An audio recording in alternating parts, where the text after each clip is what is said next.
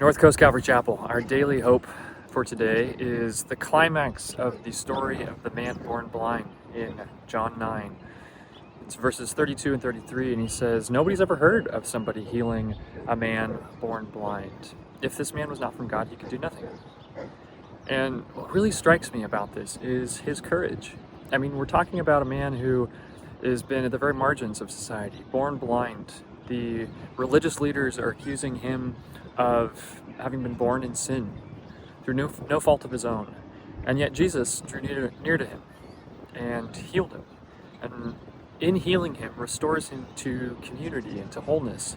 And I love how we just see this radical transformation, not just physically of him being able to see, but of his boldness.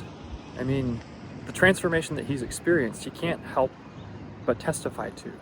And here he is, rebuking, challenging, being bold and courageous in front of the religious elites who have all the answers and who have the positional authority. And he says, no, this is who I have experienced Jesus to be. He has to be from God because of what he's done. And so I think that for me, this is just such a great invitation for us to consider the power of our story and what Jesus has done in it. And to ask ourselves that question, how are we stewarding the story of what God has done in our lives? Is it something that we are freely and courageously sharing with the people that God puts in our lives, regardless of what position they may be in? Because your story, what God is doing in and through you, is one of the great gifts that you have to offer the world.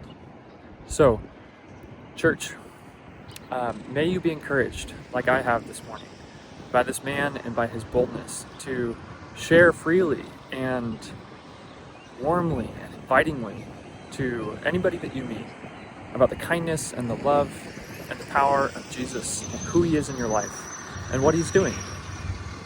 I think we might be surprised at how drawn people are to Jesus when we share our stories, if we're bold enough to do so. So bless you today, church.